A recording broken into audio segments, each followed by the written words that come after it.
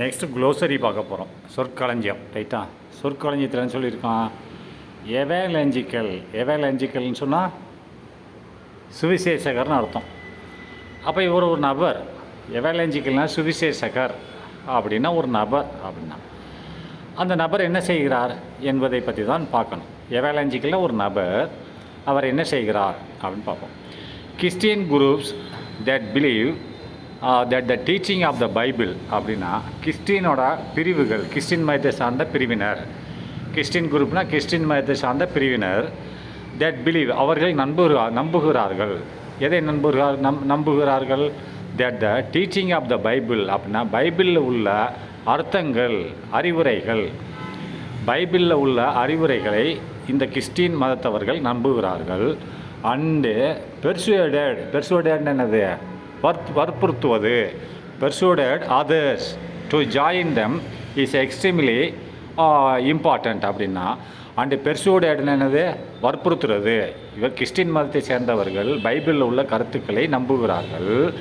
And பெர்சுவேடட்னா வற்புறுத்துகிறார்கள். யாரை? Others, மற்றவர்களை வற்புறுத்துகிறார்கள். அவர் Christian குரூப்பில் உள்ளவங்க நம்புகிறாங்க, பைபிளில் உள்ள கருத்துக்கள் நல்லதுன்னு நம்புகிறாங்க. ஆனால் அண்டு பெர்சுவேடட்னு வற்புறுத்துகிறார்கள். அதர்ஸ், மற்றவர்களை வற்புறுத்துகிறார்கள். எதுக்கு வற்புறுத்துகிறார்கள்? டு ஜாயின் தெம் அவர்களோட சேரும்படி, அவர்கள் மதத்தில் சேரும்படி. இஸ் எக்ஸ்ட்ரீம்லி இம்பார்ட்டண்ட் அதுதான் முக்கியத்துவமானது, அதிக முக்கியத்துவம் வாய்ந்த அவர் மதத்தில் சேரும்படி மற்றவர்களை வற்புறுத்துவது, பெர்சுவேடட்னு வற்புறுத்துவது தான் அந்த கிறிஸ்டின் குரூப்பில் உள்ள ஒரு அடிப்படை கொள்கை என்பதுக்கு பேர் தான் எவேலஞ்சிக்கல். அப்படி வற்புறுத்துவது யார்? அந்த சுவிசேஷகர்னு அர்த்தம். சுவிசேஷகர்னு என்னது? அப்படி அந்த மதத்தில் உள்ள கருத்துக்களை பிற மக்கள் ஏற்றுக்கொள்ளும்படியும் அதில் சேரும்படியும் வற்புறுத்தும் நபர் தான் சுவிசேஷகர். அவருக்கு பேர் தான் எவேலஞ்சிக்கல் அப்படின்றான். இவன் என்ன போட்டிருக்கான்? சுவிசேஷகர், நற்செய்தியாளர் அப்படின்னு போட்டிருக்கான். ரைட்டா. சரி, நெக்ஸ்ட்டு ஹெக்மோனின்னு என்னது? மேலாதிக்கம் செலுத்துறது. ரைட்டா. இப்போ நான் ஒருத்தர் மேலே மேலாதிக்கம் செலுத்துகிறேன் அப்படின்னு சொன்னால் அதுக்கு பேர் மேலாதிக்கம் சொல்லுவாங்க. ரைட்டா. இப்போது ஹெக்மோனின்னா மேலாதிக்கம். இப்போ லீடர்ஷிப்னால் தலைமைத்துவம். அப்போ தலைமை தாங்கிறது மேலாதிக்கம் தானே. ஒரு கம்பெனிக்கு தலைவர், ஒரு ஃபேக்ட்ரிக்கு ஓனர், அவர் தானே லீடர்ஷிப், அவர் தானே தலைவர். அப்போ அவர் சொல்கிறபடி தானே நம்ம கேட்கணும், இல்லை வேலையை விட்டு போகும்பாங்க. ரைட்டா. அதான் லீடர்ஷிப், தலைமைத்துவம். அல்லது டாமினன்ஸ்னால் ஆதிக்கம். இப்போ ஒரு நாட்டை இங்கிலீஷ்காரன் பிடிச்சிட்டான், அவன் டாமினன்ஸ் தானே பண்ணுவான். இந்தியா மேலே, நம்ம மக்கள் மேலே டாமினன்ஸ் பண்ணுவான், ஆதிக்கம் செலுத்துவான், நம்ம கேட்கலன்னு சுட்டு தள்ளுவான். ரைட்டா. அப்போது இந்த தலைமைத்துவம், கம்பெனியில் தலைமைத்துவம், அந்த ஓனர் சொல்லபடி கேட்கணும். ஒன்று. ரெண்டாவது டாமினன்ஸ், ஆதிக்கம் செலுத்துகிறாங்க, நாட்டை பிடிச்சிட்டாங்கன்னா ஆதிக்கம் செலுத்துவாங்க. இந்த ரெண்டு எஸ்பெஷலி பை ஒன் கண்ட்ரி. இது எப்படி நடைபெறுகிறது? குறிப்பாக எப்படி நடைபெறுகிறதுனா பை ஒன் கண்ட்ரி, ஒரு தேசமானது குறிப்பாக, அல்லது சோசியல் குரூப், அல்லது ஒரு சமூக பிரிவு. ஒரு சமூகம் வந்து ரொம்ப பெருசாக இருக்குது, இன்னொரு சமூகம் சின்னதாக இருக்குது. அப்போ அந்த சமூகம் இந்த சமூகத்து மேலே டாமினன்ஸ் பண்ணும். டாமினன்ஸ்னால் அதிகாரம் செலுத்தும். ரைட்டா. ஆதிக்கம் செலுத்தும். அது மாதிரி ஒரு நாடோ அல்லது ஒரு சமூக பிரிவோ மற்றவர்கள் மேல், ஓவர் அதர்ஸ், மற்றவர்கள் மேல் ஆதிக்கம் செலுத்துவதோ அல்லது தலைமை பண்பை கடைபிடிப்பதோ அதற்கு பெயர் தான் என்னது? ஹெக்மோனி. நெக்ஸ்ட் ரீசர்ஜன்ஸ் என்னது? ரினிவல். ரீசர்ஜன்ஸ் அப்படின்னு சொல்கிறான். அப்போ ரீசர்ஜன்ஸ்னு சொன்னால் மறுமலர்ச்சின்னு சொல்லி அர்த்தம். மறுமலர்ச்சி மீனிங் என்ன? ரீசர்ஜன்ஸ் மறுமலர்ச்சினா ஒரு பொருள், ஒரு வீடு இருக்குது, கட்டி முடிச்சிட்டிங்க, 10 வருஷமாக வெள்ளை அடிக்கலை, அது அழுக்காக தான் இருக்கும் செவரெல்லாம், திருப்பி வெள்ளை அடிக்கிறீங்க, புது வீடு மாதிரி மாறிடுதா இல்லையா? அதுதான் மறுமலர்ச்சி. ரைட்டா. அப்போது மறுமலர்ச்சினா ஏற்கனவே கொஞ்சம் தவழ்ந்து போச்சு, திரும்பி நீங்கள் மறுமலர்ச்சி விட்டுறது, அதான் மறுமலர்ச்சின்னு சொல்லுவாங்க. ரீசர்ஜன்ஸ்னால் ரினிவல் என்னது? புதுப்பித்தல். வீட்டை புதுப்பிக்கிறீங்க இல்லையா, அது மறுமலர்ச்சி. ரைட். நெக்ஸ்ட் ரிவியூவல்னாலும் மறுமலர்ச்சி தான். ரைட்டா. வேறு அது எந்த மாற்றமும் இல்லை. இவன் என்ன போட்டுக்கான்னு பார்ப்போமா?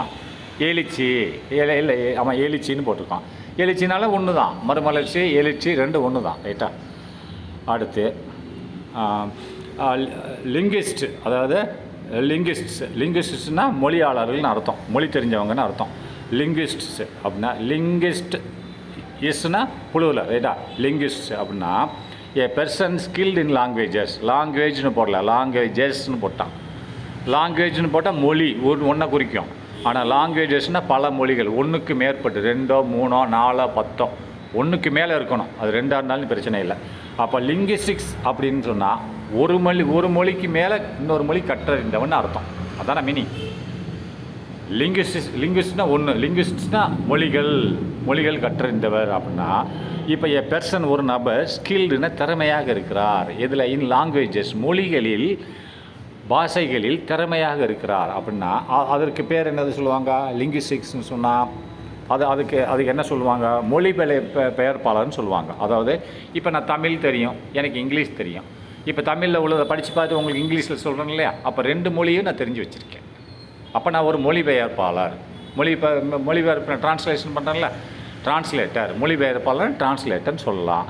அல்லது பன்மொழியாளர், பல மொழிகள் தெரிஞ்சவங்க. ஒன்றுக்கு மேலே 2 தெரிஞ்சாலும் பல மொழி தான், பன்மொழியாளர்னு சொல்லலாம் இந்த லிங்குவிஸ்டிக்ஸ். ரைட்டா? இவன் என்ன போட்டுக்கான்னு பார்ப்போமா? மொழியாளர்கள் 2 ஒன்று தான். ரைட்டா? அடுத்து மார்ஜினலைஸ்டு அப்படின்னா, மார்ஜினலைஸ்டுன்னு நான் ஏற்கனவே சொல்லியிருக்கேன். மார்ஜினலைஸ்டுன்னா ஓரங்கட்டப்பட்ட, தாழ்த்தப்பட்ட அப்படின்னு சொல்லியிருக்கேன். ரைட்டா? அப்போ மார்ஜினலைஸ்டுனா ஓரங்கட்டப்பட்ட. அது விளக்கம் சொல்கிறான். ஏ பெர்சன் ஒரு நபர், அல்லது கமா போட்டிருக்கான், குரூப் ஒரு பிரிவு, ஒரு நபர் அல்லது ஒரு பிரிவு. கன்செப்ட் ட்ரீட்டட் அப்படின்னு சொன்னால் இந்த ஒரு நபரோ அல்லது ஒரு பிரிவோ அதோட கருத்து. ரைட்டா? கன்செப்ட்னா கருத்து. அதோட கருத்து எப்படி இருக்குதுன்னு பாருங்கள். கருத்து ட்ரீட்டட் அஸ் இன்சஃபிஷியன்ட் அப்படின்னு சொன்னால், இன்சஃபிஷியன்ட்னா சஃபிஷியன்ட்னா எக்கச்சக்கமாக இருக்குது, இன்சஃபிஷியன்ட்னா ஒன்றுமே இல்லை, கம்மியாக இருக்குதுன்னு அர்த்தம். பற்றாக்குறை. சஃபிஷியன்ட்னா ஏகப்பட்டது, சஃபிஷியன்ட் மணி ஏகப்பட்ட பைசா வச்சுருக்கேன், இன்சஃபிஷியன்ட் மணி கம்மியான பைசா வச்சுருக்கேன், பற்றாக்குறை. ரைட்டா? அதாவது நல்ல இப்போ ஒரு நபரோ அல்லது ஒரு குரூப்னா ஒரு பிரிவோ, கன்செப்ட்னா ஒரு கருத்துன்னு அர்த்தம். Treated as insufficient. அப்புறம் பற்றாக்குறையின் காரணமாக ஒரு நபரோ அல்லது ஒரு குரூப்போ இருந்தால் அதற்கு பேர் மார்ஜினலைஸ்ன்னு சொல்லுவாங்க. அல்லது போயிடுச்சா? சரி இருங்க எடுத்துக்கிறேன்.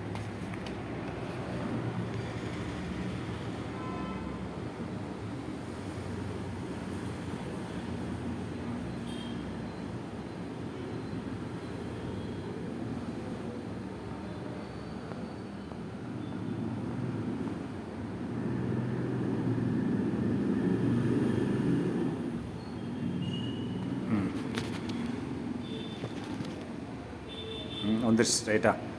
ஒரு பற்றாக்குறையின் காரணமாக இருந்தாலோ இது இன்சஃபிஷியன்ட் அல்லது சைல்டுலைன்னா ஓரங்கட்டப்பட்ட. சைல்டுலைன் என்னது? ஓரங்கட்டப்பட்டன்னு சொல்லிட்டாங்களே, ஓரங்கட்டப்பட்டுன்னு சொல்லியிருக்காங்க இல்லையா? அதாவது உனக்கு ஒன்றுமே இல்லைன்னா ஓரம் கட்டிடுவாங்க. ஒன்றுமே இல்லை, லாரி ஓரம் கட்டுறான், பஸ்ஸை ஓரம் கட்டுறா. அதுக்கடுத்து அந்த குரூப் எப்படி இருக்கணும்? இரிட்டேட்டட், எரிச்சல் அடைஞ்சிருக்கும். ஏன்னா ஒன்றுமே இல்லை, எரிச்சலாக தானே இருக்கும். எல்லாம் வசதியாக இருந்த எரிச்சல் வராது. ரைட்டா? இரிட்டேட்டுன்னா எரிச்சல் அடைந்து இருக்கக்கூடிய ஒரு குரூப்போ ஒரு பிரிவோ, அல்லது அனாய்டுனால எரிச்சல் தான். அனாய்டுனால எரிச்சல் அடைகிற குரூப்போ அல்லது பிரிவோ, அல்லது இன்சஃபிஷியன்ட் அதாவது பற்றாக்குறையில் இருக்கிறவங்களையோ அவங்களோட நடத்தப்படுகிறார்கள். எவ்வாறு? ஒன்றுமே இல்லாதவங்கள் எப்படி நடத்தப்படுவார்கள்? கீழ்த்தரமாக நடத்தப்படுவார்கள். ரைட்டா? அடுத்து நல்லா பார்த்து சைட்லைண்டட், எரிச்சல் அடையில சைட்லைண்டட். அனாய்டுன்ற நெக்ஸ்ட்டில் வருது. ரைட்டா? நெக்ஸ்ட்டில் இரிக்கிடுன்னு என்னது? இரிட்டேட்டட், எரிச்சல் அடைகிறது. இருக்குன்னு என்னது? இருக்குன்னு அதில் தப்பாக சொல்லிட்டேன். அதில் வந்து இரிட்டேட்டட் இதில் வரும். ரைட்டா? அடுத்து அது ஓரங்கட்டோடு நிப்பாட்டிக்கோங்க. அடுத்து இரிக்கிடுன்னு சொன்னால், இரிக்கிடுன்றது எரிச்சல் அடைதல். எரிச்சல் உண்டாக்குது மனுஷனுக்கு. ஒருத்தரோட பேச்சு எரிச்சல் உண்டாக்குது இல்லையா? சரியில்லாமல் பேச மனுஷனுக்கு கோவம் வருது இல்லையா? அதான் எரிச்சல் அடைய வைக்கிறது. அப்போ அதனோட பாஸ்ட் டென்ஸ்னது அது இரிக்கிடு அல்ல இரிட்டேட்டட், ரெண்டுமே ஒன்று தான். அது எரிச்சல் தான். அது அனாய்டுனால எரிச்சல் அடைந்தார். 2, 3 ஒன்று தான். எல்லாமே எரிச்சல் தான். இவன் என்ன போட்டுக்கான்னு பார்ப்போமா? எரிச்சல் ஊட்டுதல். எல்லாம் ரைட்டா? அடுத்து டீபங்கிங்னா என்னது? எக்ஸ்போஸ் த ஃபால்ஸ்னஸ் அப்படின்றான். அப்போ டீபங்கிங்னா எக்ஸ்போஸ் த ஃபால்ஸ்னஸ்ன்றது பொய்மை. ரைட்டா? பொய்மை. டீபங்கிங்னு சொன்னால் டீபங்கிங்னு அது மீனிங் என்னது? டெலிட் பண்ணுங்க. Delete this page. இந்த பேஜை நான் நீக்கிட்டேன். டெலிட்ன்றதான் டீபங்கிங்னு அர்த்தம். அப்போ நீக்குதல், டீபங்கிங் நீக்குதல். அதுக்கு விளக்கம் என்ன சொல்கிறான்னு பாரு. எக்ஸ்போஸ் த ஃபால்ஸ்னஸ் அப்படின்னா, ஃபால்ஸ்னஸ்னால் பொய்மை, பொய் சொல்கிறது. எக்ஸ்போஸ்னு என்னது, வெளிப்படுத்துறது. எக்ஸ்போஸ்னால் பொய்மையை வெளிப்படுத்து, இல்லை பொய்மையை அம்பலப்படுத்து.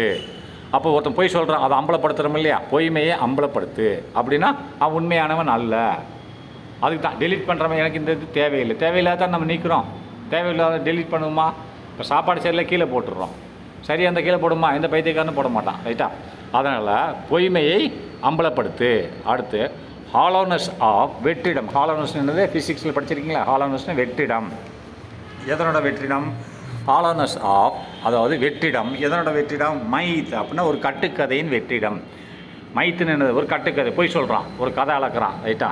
அது கட்டுக்கதையின் வெற்றிடம் அப்படின்னா இது ஒன்றுமே இல்லைன்னு அர்த்தம், இது உண்மை கிடையாது. அதுவும் இதுக்கு பொருந்தும், இந்த வார்த்தைக்கு, ரைட்டா? எந்த வார்த்தைக்கு பொருந்தும்? டீபங்கிங்னு பொருந்தும், ரைட்டா? அடுத்து ஐடியான்னா ஒருத்தரோட நினைப்பு, யோசனையின் ஹாலோனஸ்னு ஒன்றுமே இல்லை. அப்போ இது நம்ம ஒன்றுமே இல்லாத நமக்கு தேவையில்லை. ஐடியாவின் ஒன்றுமே இல்லாத ஐடியா, அந்த ஐடியா நல்ல ஐடியா தான் எடுத்துக்குவோம். ஒன்றுமே இல்லைன்னா ரிஜெக்ட் பண்ணிடுவோம், தள்ளுபடி டெலீட் பண்ணிடுவோம். ஒன்றுமே இல்லாத ஐடியா வச்சு யாராவது சொல்லுவாங்களா? புரோஜனமில்லாத ஐடியா வச்சு கேட்டு என்ன பண்ணுவாங்க? அவங்களோட யாரும் பழகவும் மாட்டாங்க, ரைட்டா? ஆர் பிலீஃப்னு நம்பிக்கை. ஒரு நம்பிக்கை இல்லாத வெற்றிடம், நம்பிக்கை உள்ள வெற்றிடம், நம்பிக்கை இல்லாத வெற்றிடம்னு சொல்கிறான்.